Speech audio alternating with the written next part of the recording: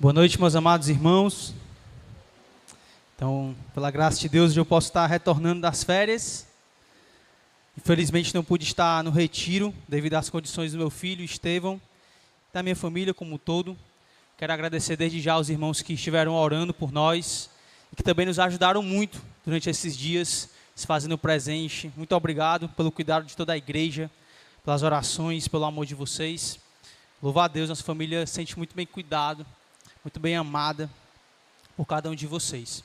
Já dando continuidade, quero pedir para que você abra sua Bíblia lá em Tito, capítulo 1.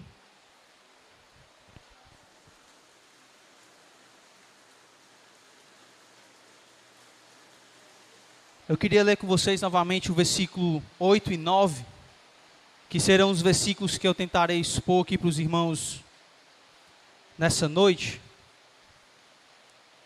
Caso dê tempo, a gente vai ver todas as palavras. Caso não, a gente finaliza em outro momento. Vocês estão também conseguindo me ouvir bem aí? Que aqui fica bem abafado, mas tranquilo. Ok. Amém? Todos abriram? Tito, capítulo 1. Vejam comigo o versículo 8 e 9. Assim diz a palavra inspirada, poderosa do nosso Deus. Antes, hospitaleiro, amigo do bem, sóbrio, justo, piedoso, que tenha domínio de si, apegado à palavra fiel, que é segundo a doutrina, de modo que tenha poder tanto para exortar pelo reto ensino, como para convencer o que o contradizem. Vamos orar novamente. Nosso Deus eterno, como já foi orado aqui, queremos suplicar mais uma vez, para que Teu Santo Espírito possa nos edificar com Tua palavra. É o que o Senhor inspirou diante de nós e pedimos para que nessa noite o Senhor receba a glória que é devida.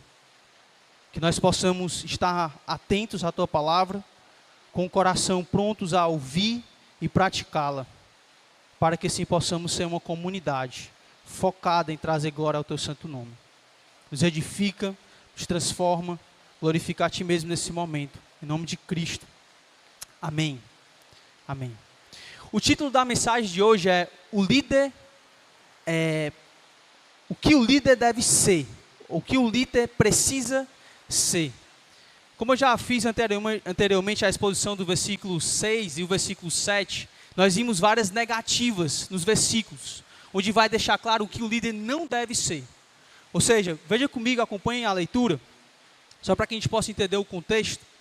O Thales já leu desde o versículo 5, mas só para ficar claro aqui, em especial o versículo 7. Paulo vai dizer que é indispensável que o bispo, e aí lembra comigo que bispo, presbítero e pastor são termos intercambiáveis que se referem ao líder da comunidade, ok? Então é necessário que o bispo seja irrepreensível, como dispenseiro de Deus. E aí ele vai para as negativas: não arrogante, não irascível, não dado ao vinho, nem violento, nem cobiçoso de torpe ganância ou torpe ganância.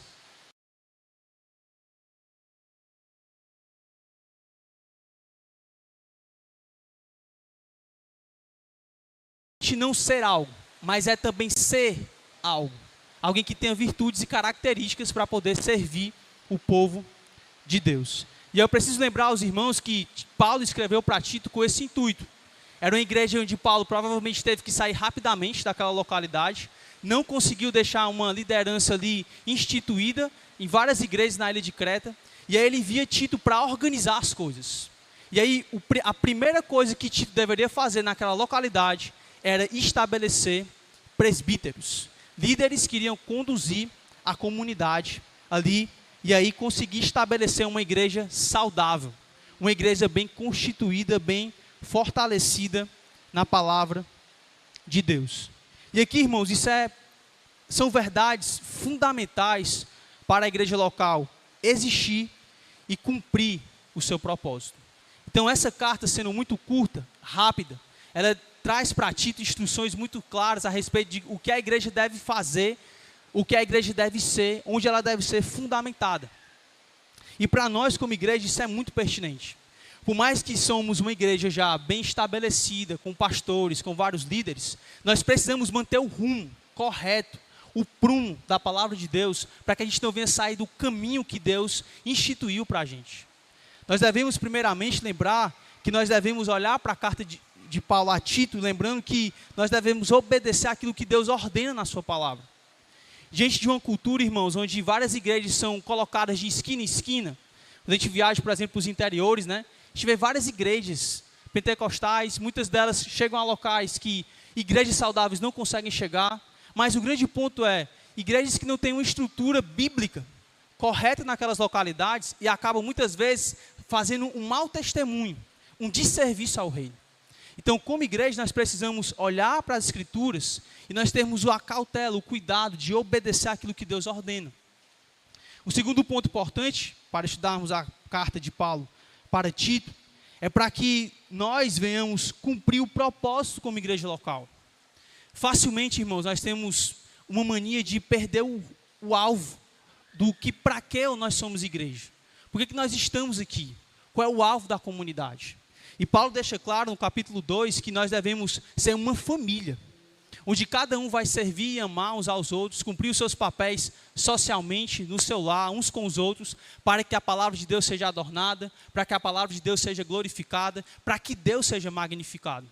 Esse é o alvo da comunidade. Nós não podemos perder isso de vista. Por último, para a boa ordem ou funcionamento da igreja local. Então Paulo está ensinando essa igreja como ela deve funcionar, como é que as coisas têm que acontecer. Isso para nós é muito importante para que a gente mantenha os nossos olhos fixos naquilo que a palavra de Deus ordena para nós, como igreja, como comunidade, para que venhamos seguir esse caminho já pré-estabelecido pelo dono da igreja, que não somos nós, não é o pastor, não são os líderes da comunidade, o dono da igreja é o próprio Deus. E nós, como povo dele, devemos estar alinhados com a palavra do Senhor. E aí nós vimos aqui que o primeiro ponto para que Paulo vai estabelecer para que uma igreja seja organizada é a instituição de presbíteros. E aí nós podemos resumir as características, os adjetivos, as qualidades de um presbítero em pelo menos 3 áreas. A primeira está no versículo 6. Um presbítero ele deve ter um lar bem ordenado. A sua esposa ele deve ser marido de uma só mulher e deve ter filhos que o respeitam. Filhos que se submetem a ele. Ele não pode ter um lar bagunçado. A igreja, ou as pessoas de fora, sua vizinhança, não pode olhar para o lado dele e ver uma bagunça. Filhos insubmissos, um homem que não demonstra zelo e amor pela sua esposa. Isso não pode acontecer na vida de um líder. Ele deve ter um lar ordenado, organizado, bem estruturado. Ele deve ser um homem com um caráter aprovado, como hoje nós podemos ver no versículo 7. Coisas que ele não deve ser, e agora no versículo 8, coisas que ele deve ser. Ele deve ter um caráter aprovado diante dos de dentro e também dos de fora. A sua vizinhança, as pessoas do seu trabalho, ele deve ter um caráter ilibado.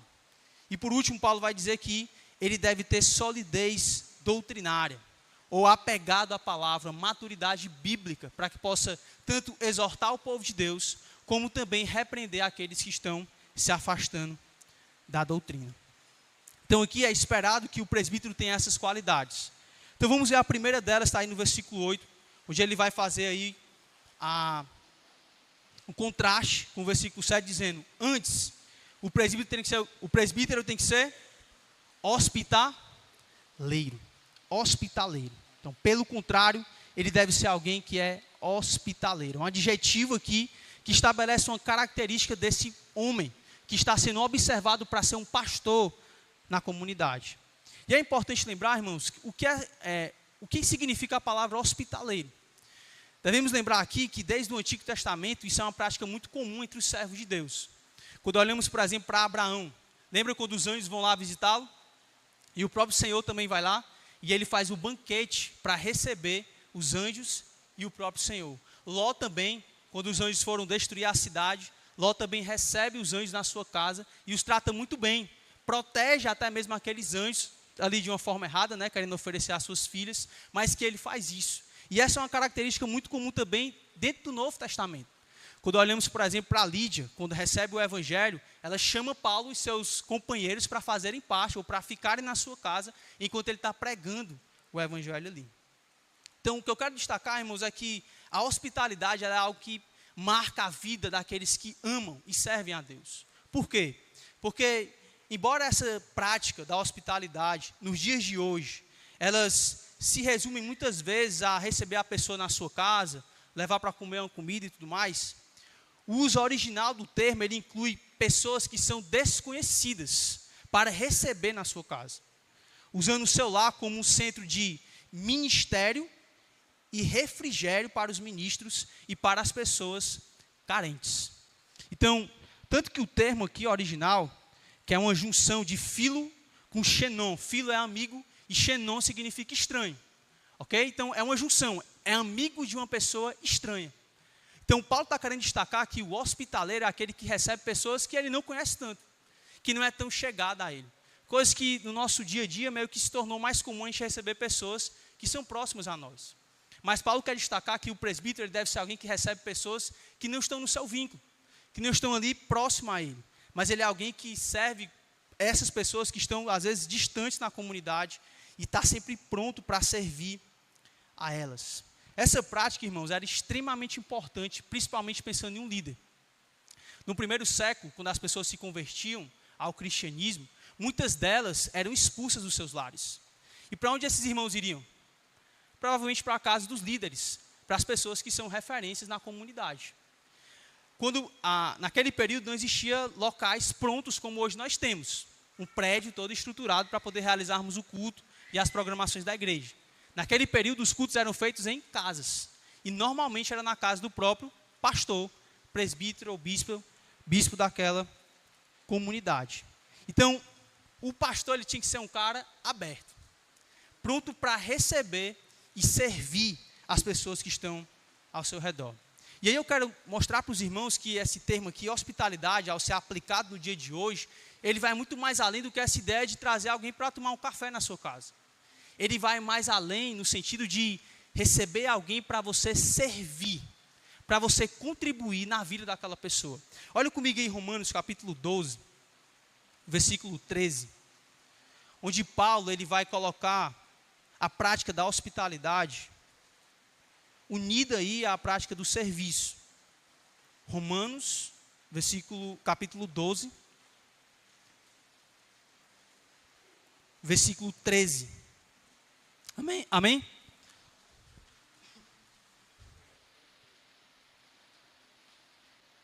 Diz assim a palavra de Deus: compartilhai as necessidades dos santos. Olha o que ele diz agora: praticai a hospitalidade. A hospitalidade está vinculada ao suprir as necessidades dos santos.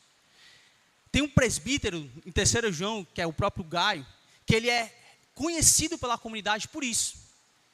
Muitos evangelistas itinerantes, lembra que não havia hospedarias naquela época, mas eram muito conhecidos por ter muita prostituição, muita imoralidade. Então isso poderia cair mal para um cristão estar nesses cantos, nesses ambientes. Então era muito comum que esses cristãos, ao viajarem de cidade em cidade, procurassem a casa dos irmãos para que não pudessem cair em mau testemunho. Então Gaio, ele recebia esses evangelistas, cuidava desses evangelistas, supria as necessidades financeiras desses evangelistas e aí enviava eles de volta para a viagem que eles estavam realizando. A prática, então, irmãos, da hospitalidade, ela surge como uma consequência do amor à obra de Deus e ao próximo. Ao compreender o amor de Cristo, obrigado. Ao compreender o amor de Cristo, o crente manifesta esse amor por meio do cuidar das necessidades dos salvos de Deus. Então, aplicaria, irmãos, essa prática da hospitalidade muito mais do que só levar alguém para a sua casa para bater um papo. Mas é levar essa pessoa para a sua casa para cuidar dela, quer seja espiritualmente, quer seja muitas vezes fisicamente. A palavra hospitalidade aqui, ela tem muito essa ideia do serviço, da abnegação. Porque não é fácil, né? Você abrir sua casa para receber pessoas constantemente. A pessoa indo lá na sua casa, a pessoa está com dificuldade, vai lá. E aí Paulo quer destacar que o pastor tem que ser esse cara aberto, pronto para receber. E aqui, irmãos, receber pessoas em casa, você não precisa fazer um banquete como Abraão. Se você tiver condições como Abraão, né? Amém. Lá no pastor Vladimir, né? Comer uma picanha, né? Diferenciado. Mas para os irmãos que foram lá em casa, que tomou um cafezinho com biscoito, e foi excelente a conversa. A gente bateu um papo, conversou sobre algumas lutas que ele estava passando. Hospitalidade é muito mais essa ideia do que fazer um banquete para alguém. Hospitalidade é receber alguém para servir, para cuidar, para amar. E um pastor ele tem que ter essa característica. Ele tem que ser aberto para receber pessoas em casa, para servir essas pessoas, para cuidar dessas pessoas, com aquilo que ele tem. Ele não pode ser prendido aos seus bens. Lembra que ele não pode ser alguém com torpe ganância. Um cara ganancioso, quer ser rico, quer correndo atrás de dinheiro, feito louco. Não. Ele deve ser o cara desprendido dos seus bens. O meu carro, para servir a igreja. Minha casa, para servir a igreja. Minha família é para servir a igreja. Ele vê a sua vida, o seu lar, a sua casa, como um meio de serviço a Deus. E esse é o ponto que Paulo quer destacar aqui, quando ele fala que o presbítero tem que ser hospitaleiro. Todo esse peso, essa carga daquilo que é um hospitaleiro no Novo Testamento, no Antigo Testamento, é carregado aqui. É um servo, pronto a cuidar de alguém, pronto para servir alguém. E mais que isso, Paulo ele vai destacar uma segunda característica, retornando aqui para o texto, que é o pastor ele tem que ser amigo do bem. Essa palavra aqui ela é difícil da gente dizer o significado dela, porque aqui é uma pax legomena. Ela só acontece uma vez no Novo Testamento. Não existe uma outra citação dessa palavra ao longo do Novo Testamento. No entanto, é claro que essa palavra ela significa alguém que ama fazer o bem. Ela ama cuidar do outro, ela ama fazer o que é certo. Ela trabalha para realizar o bem. E aí lembra, irmãos, que Paulo ele vai tecendo essas características e não tem como a gente não lembrar do nosso Cristo. Lembra quando Jesus caminhou nesse mundo? Como é que ele vivia? Ele era um amigo do bem. Pessoas que muitas vezes iam até ele apenas para receber cura, o que é que ele fazia? Ele curava. Quando ele cansado, após um dia exaustivo de ministério, e ele olhava para a multidão e se compadecia daquela multidão. Ele era alguém que estava sempre pronto para amar. Ele era um amigo de fato do bem. E isso aqui, irmãos, ser amigo do bem, está muito envolvido com praticar boas obras. Alguém que faz o bem ao outro. Alguém que está vendo as necessidades, ele quer ajudar. Ele quer servir. E não somente esse cara que quer ser o centro. Não é aquele cara que quer fazer tudo. Mas ele também se alegra em ver o outro fazer o bem. Ele se alegra em ver o outro crescendo, praticando o bem, amando a comunidade, amando os de fora. E isso aqui é fundamental nessa carta em especial. Porque aqui Paulo ele vai lidar com o povo que estava tendo esses problemas. Ele vai dizer mais na frente que os cretenses são conhecidos por serem mentirosos, preguiçosos. E aqui é importante que a igreja ela se diferencie das pessoas da sua cultura. É muito importante que o presbítero ele tenha essa característica, porque isso vai influenciar toda a comunidade. Lembra que eu já falei isso aqui? O presbítero, o bispo ou o pastor, ele é aquele que está à frente, junto com os maduros da igreja. A igreja vai olhar para ele e vai ter como uma referência. Então, todas as características citadas aqui por Paulo, elas não são por acaso. Tanto que ela se diferencia das características de 1 Timóteo capítulo 3. Paulo quer alcançar também algo especial com aquela comunidade. E aí, o presbítero tem que ser amigo do bem, como também aquela comunidade deveria ser. Para se diferenciar das pessoas da sua época, que eram mentirosos, preguiçosos e que desprezavam o bem. Paulo, ao escrever para Timóteo, ele vai dizer que os homens dos últimos tempos, dos últimos dias, eles serão insubmissos, insubordinados, desobedientes, avarentos. E uma das características é, eles são inimigos do bem. Pessoas que odeiam aquilo que é bom. Aquele cara do vizinho que bota o funk bem altão, sabe que está todo mundo descansando, dormindo, o cara bota a música muito alta só para atrapalhar o outro, só para fazer o mal ao outro. Pessoas no seu trabalho, muitas vezes, quer derrubar de alguma forma. Tem prazer em ver o outro caindo. Tem prazer em ver o outro fracassando. Isso é um inimigo do bem. O amigo do bem deve ser o contrário disso. E o pastor tem que ter essa característica. Porque, afinal de contas, nós somos feituras dele, criados em Cristo Jesus, para boas obras, a qual Deus de antemão preparou para que andemos nelas. Então aqui o pastor ele tem que ser alguém que ama aquilo que é bom, aquilo que é correto. E aqui, irmãos, todas essas características devem ser características visíveis por nós. Nós como igreja, nós temos que ver essas coisas. Ele não tem um porte velado. ele não esconde. Você vê isso na vida dele. Ele ama o que é bom. Ele ama servir, ele ama cuidar do próximo. É notório ver nele uma vida de oração. É notório ver uma pregação apaixonada por Deus. Alguém que se dedica à leitura, meditação na palavra. As suas conversações, os seus palavreados envolvem conversas espirituais. Ele ama aquilo que é bom, aquilo que é correto, aquilo que é certo. E nós precisamos ver isso naqueles que desejam o episcopado ou nos próprios pastores que já existem nessa comunidade. Então isso é necessário, essa característica ela é fundamental para que a própria igreja também possa ter como referência esses homens piedosos. Uma terceira característica é que esses presbíteros têm que serem sóbrios.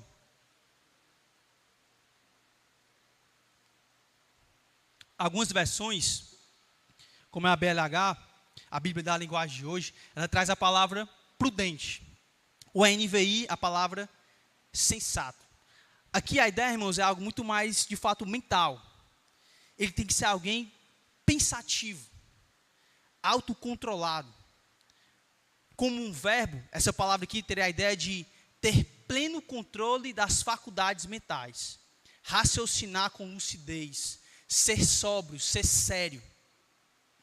O pastor ele precisa ter controle das suas paixões, das suas emoções. Ele não pode ser um cara que é guiado pelos seus desejos. E aí, irmãos, imagine aí, quando a gente olha um pouquinho para o nosso coração, quantas vezes não aparece aquele desânimo do nada? Fraquezas, pensamentos errados, tentações. Imagina um pastor sendo guiado por todas essas coisas que surgem no seu coração. Como a comunidade ia sofrer com isso? Essas características aqui, elas são muito importantes, não é visando o cara em si que está liderando, mas é visando a proteção da igreja. O homem que é guiado por suas paixões e seus desejos, todo sentimento que dá, é o cara que oscila, como Paulo fala em Efésios capítulo 4, ele oscila por todo vento de doutrina, como um mar, né? Como uma maré que vai e volta. Uma hora está bem, outra hora está mal, ele não tem constância na sua caminhada cristã, ele não tem capacidade ainda de ser um líder na comunidade. Todos nós devemos alcançar isso, essa maturidade, essa constância, de não sermos guiados pelo nosso coração. Devemos ser prudentes, sensatos, homens e mulheres que pensam antes de agir. Nós não podemos ser reconhecidos, irmãos, pela glória de Deus, por amor ao nosso Deus, com pessoas que são guiadas por tudo aquilo que vem na sua cabeça. Achou uma ideia legal, já quer fazer, bota o pé no freio, vai devagar. Algo muito legal que eu tentei praticar muito ao longo do meu crescimento lembro muito de Provérbios, né? Na multidão de conselheiros, a sabedoria. Então, antes de tomar, às vezes era decisão simples, mas até uma forma de treinar meu próprio coração. Sempre caminhava em busca de pastores e pessoas que eu tenho como referência para mim. Pergunte, não haja segundo o seu próprio coração. Xenofonte, um filósofo grego, dizia que sofrana, ou sensatez, ou prudente, era o espírito que evitava o mal. Não só quando o mal podia ser visto, mas também quando ninguém o podia perceber. Então perceba que a sensatez aqui, a prudência, ela é algo que evita o mal. E um pastor, é necessário ele ter essa qualificação, de alguém que não reage pelos seus impulsos, pelos seus pensamentos. Ele deve ser uma pessoa que se controla. Um homem sábio, que tem paciência, que não é movido pelos seus instintos. Paulo é um exemplo disso. Lembra do apóstolo Paulo, onde ele diz: não busco o meu próprio interesse. Onde ele vai dizer que ele se fez de judeu para ganhar o judeu. Olha, ele era judeu, né? Se fez de grego para ganhar o grego, bárbaro para ganhar o bárbaro. Fez de tudo para com todos, para que no fim ganhar alguns. Ele tinha essa mentalidade. Eu estou aqui para servir o outro, então eu vou fazer o que for necessário para que o evangelho se expanda. Eu vou fazer o que é necessário para que Deus se torne conhecido. Então o pastor ele precisa ser sóbrio na mente, prudente, modesto, humilde. Ele tem que pensar o que convém sobre si e sobre o próximo também. Então é uma qualificação extremamente importante, irmãos, para que a comunidade, a igreja local não seja guiada por todo sentimento e por todo vento de doutrina. Muito do que a gente vê hoje de igrejas dando mau testemunhos é por conta disso. Pastores se sentem donos da igreja. E eles fazem, irmãos, aquilo que eles acham mais legal. Estava vendo no Instagram recentemente, hoje não, faz alguns dias, e um pastor vendeu a igreja com os membros. Vocês viram isso aí? O cara anunciou, dizendo quanto era a quantidade de dízimo que a igreja recebia, e vendeu a igreja. Aí a irmã foi gravar ele lá, pastor, você vai vender a igreja e tal, isso está errado, isso está certo, não toque no ungido do Senhor. A ideia era essa, não podia, né? Não devia ser menos que isso, né? Mas é o que a gente vê hoje, homens que se sentem donos da igreja. Por isso que é muito importante, irmãos, o que Paulo está fazendo aqui, é prudência. Paulo dá vários passos para trás desse sentido, tu tem que observar isso nesses homens, porque senão a igreja vai sofrer com isso. O nome de Cristo vai ser blasfemado por isso. Tem que ser homens prudentes, homens sensatos, que não agem de acordo com suas emoções. Uma outra característica que Paulo estabelece aqui é que o presbítero tem que ser justo. Essa palavra no Novo Testamento ela aparece com a ideia de justificado, alguém que foi justificado em Cristo, como Paulo utiliza muito em Romanos. Alguém que estava morto nos seus pecados, pôs a sua confiança em Cristo, agora ele é visto como alguém justo diante de Deus. Mas essa característica de ser alguém justo diante de Deus, ela se manifesta com uma vida justa. As boas obras, elas caminham com aqueles que foram justificados em Cristo. Então o presbítero aqui, ele deve ser um homem íntegro, honesto e imparcial. Ele não pode ser um cara que faz as coisas na igreja porque fulano de tal trabalha em tal canto e ele dá um dízimo alto na igreja. Não. O pastor, ele é justo. Não trata as pessoas com acepção. Ele ama e serve e ele disciplina, pode ser o presidente da república ou qualquer outra pessoa. Ele não trata as pessoas com acepção. Todos são tratados como iguais. Todos são amados, servidos, disciplinados, corrigidos igualmente. É importantíssimo que ele seja justo. Isso é muito importante diante de uma comunidade, em um contexto cultural conhecido por serem mentirosos, como eu já falei anteriormente. Todas essas qualificações também quer ensinar a comunidade como eles deveriam viver. O Cássio enfatiza sobre esse termo grego, que o pastor deve tratar todos os membros com respeito e dignidade, além de ensinar a palavra com fidelidade. Fidelidade. Por isso que é muito importante essa qualidade. Porque ser alguém justo é ser alguém que trata com dignidade aquilo que o próprio Deus diz que é digno. Então as pessoas em si, por que nós tratamos as pessoas bem e amamos uns aos outros? Porque cada um de nós portamos a imagem de Deus. Então mais do que essa ideia de igreja, isso é muito importante, mas antes disso, nós temos a ideia de que nós devemos amar a todos, sem acepção. Porque cada um de nós carregamos a imagem de Deus. Então ser justo aqui implica isso. Alguém que é tratado com dignidade conforme Deus ordena que seja. Se Deus ordena que aquela pessoa seja disciplinada, ela vai ser disciplinada. Se Deus ordena que aquela pessoa seja amada, consolada, o pastor vai realizar essa função. É uma questão de fidelidade. A sua justificação, a sua posição em Cristo, o move a ser alguém como Cristo, que não tratava as pessoas com acepção, mas que amava e servia. Uma outra característica é que o pastor, o líder, ele tem que ser alguém piedoso. Algumas versões, talvez nas de vocês, tem a palavra santo ou puro. No contexto aqui, Paulo ele quer enfatizar de fato a santidade. Mas o alvo de Paulo aqui é mostrar que a vida desse pastor, ela vai ser notório ver a piedade dele, a santidade dele. Você vai perceber que ele é um homem consagrado ao Senhor. Você vai perceber pela forma como ele vive a sua pureza. O quanto que ele ama a palavra, o quanto que ele ama as pessoas, o quanto que ele está pronto a servir, a se doar pelo reino.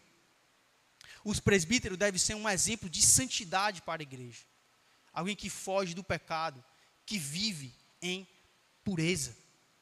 Aqui é a ideia de alguém separado, alguém devoto a Deus. Alguém consagrado para servir a Deus. Ele é alguém, irmãos, que no seu íntimo, na sua casa, no seu lar, ele vive a palavra. Ele ama a palavra.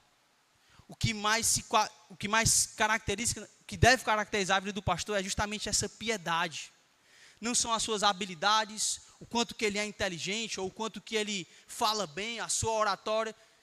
Não estou desprezando isso, isso é importante, mas o que deve qualificar a característica que deve mais ressaltar na vida de um pastor, daquele que deseja ser pastor, é a sua piedade, a sua devoção a Deus, o seu amor a Deus.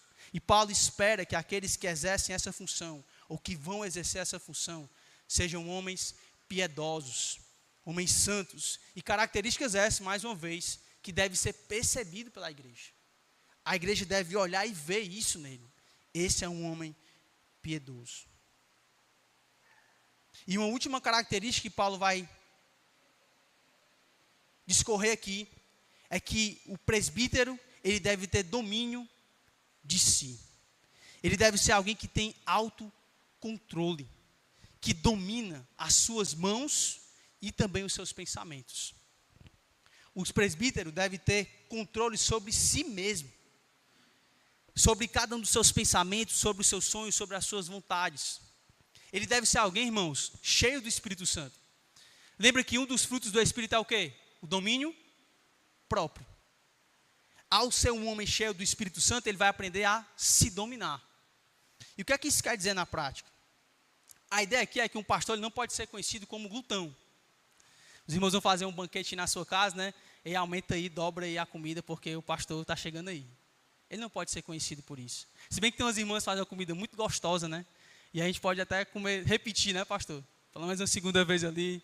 Mas ele não pode ser o cara que come toda a panela. Isso não pode acontecer na vida do pastor. Ele não pode ser um cara viciado em jogos, celular.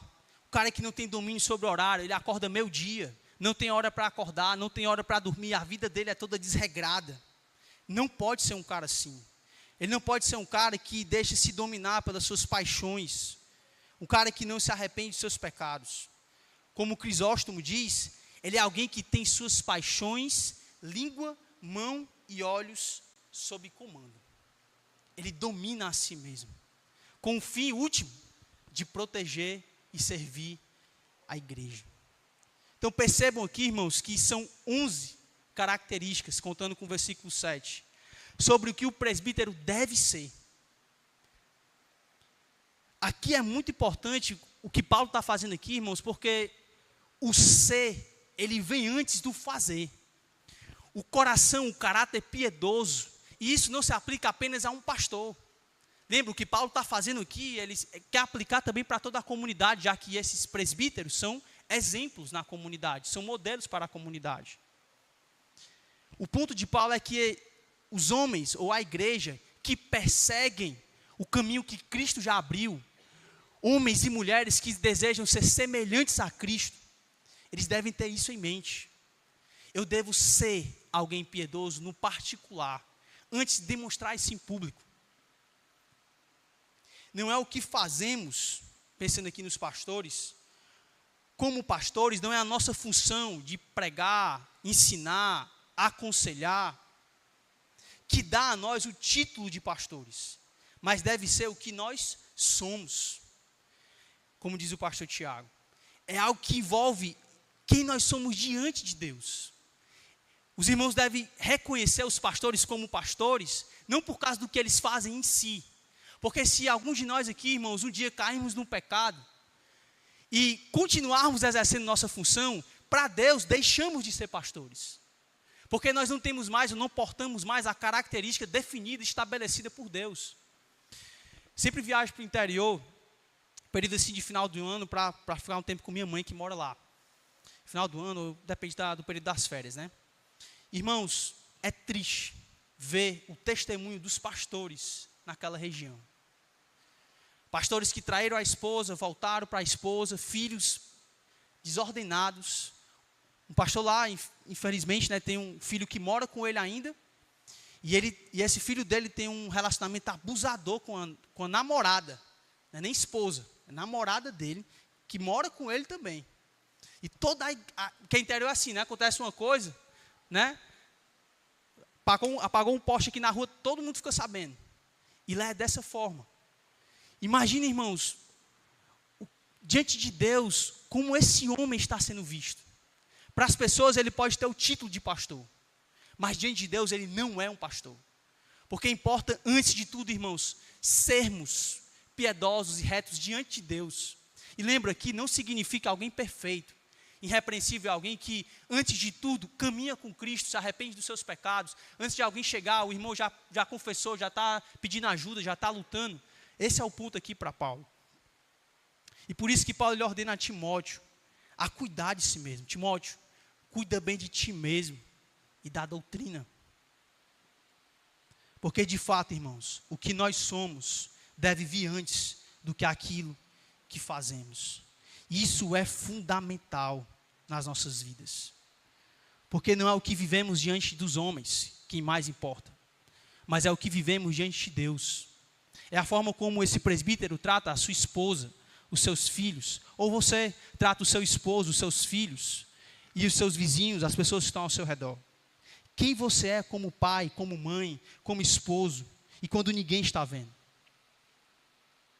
Porque primeiro é o que nós somos no particular, depois aí sim vem aquilo que nós fazemos em público. Sempre nos aniversários o pessoal manda mensagem, né? Normalmente ressaltando características em nós que para elas são boas, né? Às vezes às vezes não, mas vocês acreditam que eu fico na expectativa de ouvir o que a Amanda tem a dizer para mim? O que a Amanda vai dizer esse ano para mim? Não é a ideia de temor de homens. Para mim é muito mais um filtro. Porque a pessoa que é mais próxima a mim, que conhece meus pecados e me vê pecando, me vê me arrependendo, me vê quando estou orando ou não, que vê minha vida com Deus é ela. E o que ela diz é mais importante do que outras pessoas ao redor dizem, porque ela é a pessoa mais próxima a mim. Então, isso é uma forma muitas vezes de tentar filtrar, e eu tento ter conversas com elas intencionais, até o pastor ensina muito isso num período de aconselhamento pré-nupcial, né? Uma vez por ano você sentar com sua esposa, ver coisas a melhorar e etc. A gente tenta fazer isso, mas eu tento ao longo do ano sempre perceber isso. Como é que minha esposa está me observando? Quais são as características? Porque, irmãos, não tem como. Ainda mais assim como um pastor, poder subir no púlpito, pregar uma palavra que eu não vivo com o meu filho. É um peso muito grande.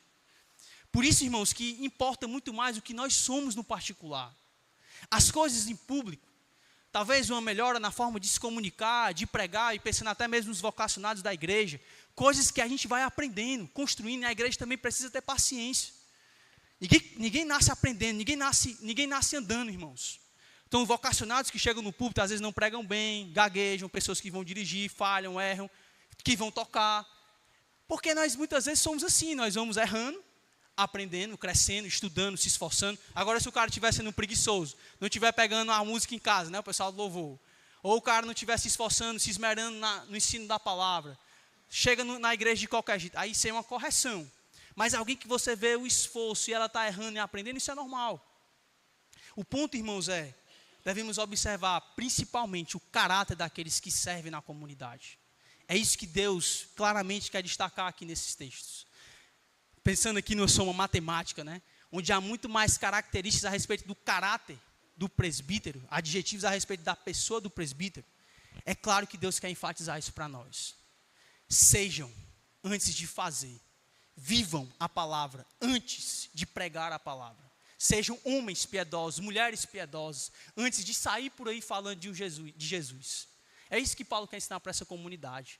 Eles precisam aprender a submeter ao Evangelho, para que possa dar um bom testemunho do Evangelho. Não vai dar tempo para a gente traçar o versículo 9, comentar o versículo 9. Mas até aqui, irmãos, fica esse incentivo para a comunidade. Orem pelos seus pastores. O que nós estamos vendo aqui no texto sagrado, irmãos, não é algo que nasce de um homem naturalmente. Isso aqui é impossível de ser vivido se o Espírito Santo de Deus não mover os nossos corações. Conhecendo os nossos próprios corações, irmãos, nossos pecados, é impossível viver isso aqui. Se não for a graça de Deus, o poder de Deus, é impossível um homem se tornar pastor. Por isso que Paulo estabelece essas características.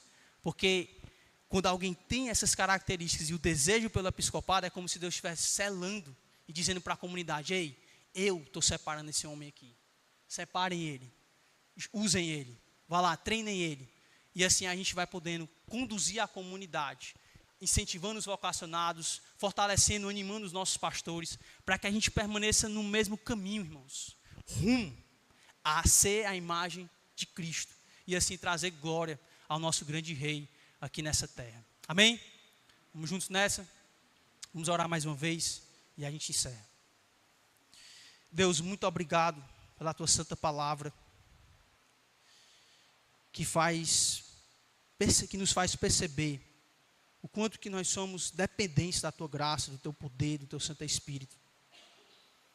Meu clamor, Deus, nessa noite é que o Senhor nos ajude como igreja, primeiramente a cuidar dos nossos líderes, pastores, dos nossos vocacionados, aqueles em que o Senhor definiu, estabeleceu que serão aqueles que irão liderar a igreja.